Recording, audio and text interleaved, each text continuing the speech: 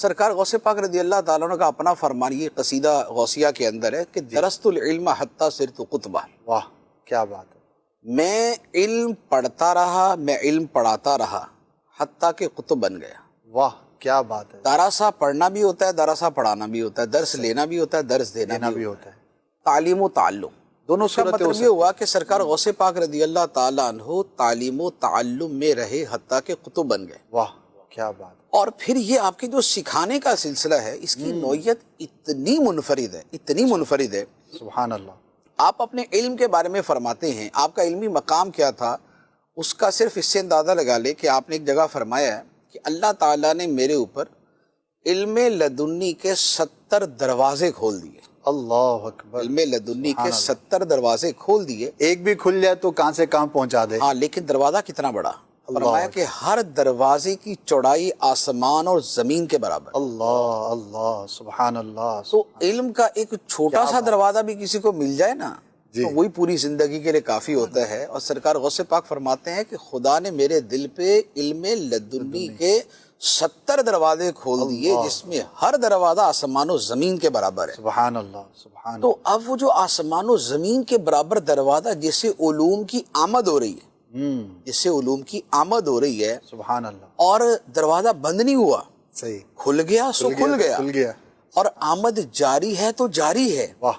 تو اب سرکار غوث پاک رضی اللہ تعالیٰ عنہ کا علمی مقام صرف اس علم لدنی کے اعتبار سے کیا ہوگا آپ اس کا اندازہ لگا لیں. اور اسی لیے دل کے بارے میں کہا جاتا ہے کیونکہ علم کا محل جو ہے وہ دل ہے، معرفت دل کو حاصل ہوتی، علم دل میں جو ہے وہ جمع ہوتا ہے.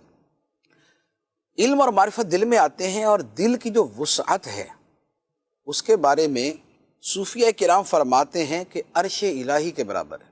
اللہ. دل کی وسعت عرش الہی کے برابر. اچھا یعنی کہ جنرلی یعنی کہ اس میں پھر جس کا مقام جتنا بلند ہوگا. اچھا اس میں کیا ہوتا ہے کہ میں نے ایک نقشبندی بزرگ ہیں علی رحمہ، ان کا میں نے ایک قول پڑھا.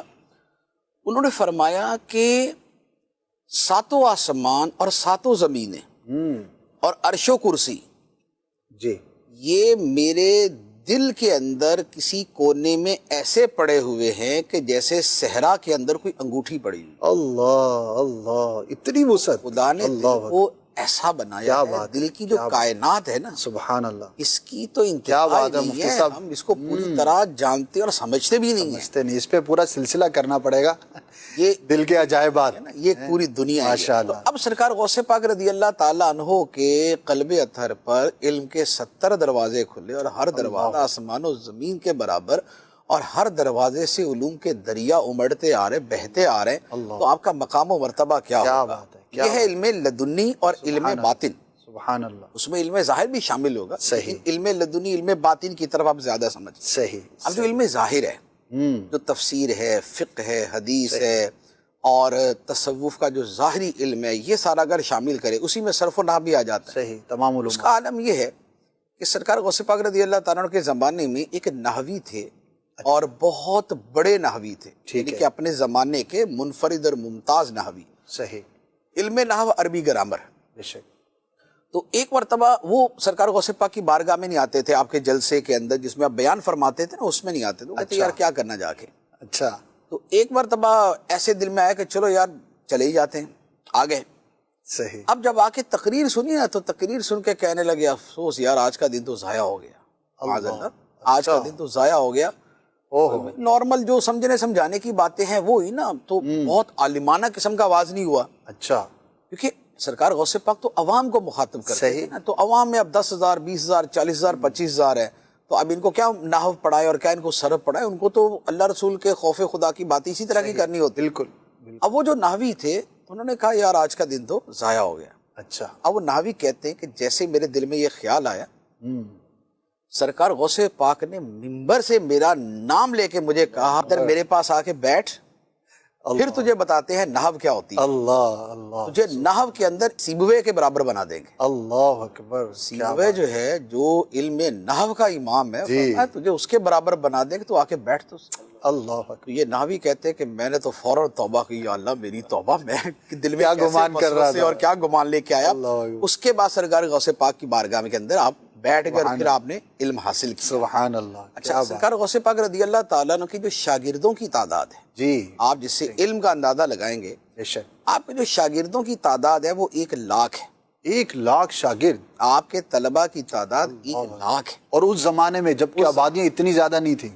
اور ہر سال تقریباً جب آپ یعنی کہ 40-50 سال تو اس میں ایک عبادت ریاضت اور اس میں گزرے تھے نا, اس کے بعد جب آپ اپنا ممبر تدریس پر فائز ہوئے جی تقریباً ہر سال 3000 افراد فارغ التحصیل ہوتے تھے. 3000 طلباء اوسطاً ہر سال فارغ ہوتے تھے, جس میں محدثین کی کیٹیگری جدا تھی, فقہا کی جدا تھی, واہ, بقیہ علوم والوں کی جدا ہوا کرتی تھی. واہ کیا. اور آپ کی یہ تدریس جو ہے یہ کب تک جاری رہی کہ آپ کی آپ کا مدرسہ قادریہ ہوا کرتا تھا. اچھا مدرسہ تھا باقاعدہ. آپ کا مدرسہ قادریہ باقاعدہ, یعنی کہ اتنی بڑی تعداد آخر جہاں پڑھتی تھی وہ مدرسہ ہی ہو سکتا ہے نا. صحیح, بالکل. پھر خود آپ بھی مدرسے میں پڑھے ہوئے تھے. صحیح. اچھا اب آپ نے کب تک تدریس کی؟ آپ کی جو عمر مبارک ہے وہ 90 سال سے اوپر ہے. جی 90 سال سے بھی آپ کی ماشاءاللہ آپ نے زیادہ عمر پائی ظاہری حیات. جب آپ 90 سال کی عمر کے تھے, حنبلیوں کے ایک امام ہیں, امام ابن قدامہ المقدسی. اچھا. حنبلی فقہا کے بہت بڑے فقی پائے کے عالم, اور ان کے ائمہ میں آپ کا شمار ہوتا ہے. آپ سرکار غوث پاک جب 90 سال کے تھے اس عمر میں آ کے انہوں نے سرکار غوث پاک سے علم سیکھا تھا. اللہ اکبر, کیا بات ہے. زندگی بھر یہ علم سیکھنے والے اس لیول کے آئے.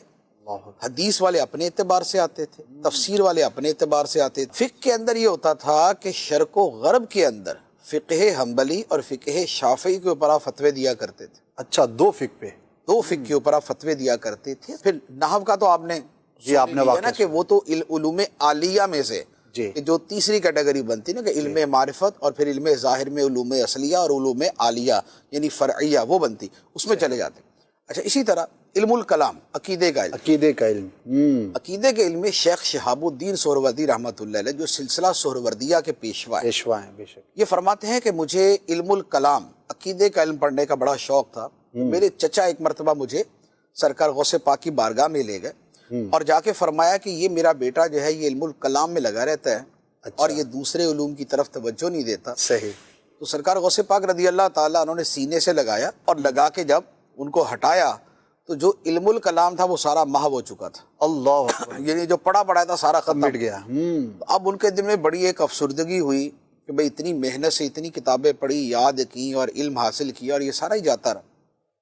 سرکار غوث پاک نے دوبارہ جب سینے سے لگایا تو پھر جو علم کا دریا منتقل کیا اور جو ان کے قلب کو روشن کیا اور آج تک جاری ہے. علم العقائد اور کیا اس میں علم تصوف اور کیا چیزیں ہیں, تو وہ ان کی کتابیں پڑھ کے اور ان کے ملفوظات پڑھ کے دیکھ لے پتہ چل جاتا.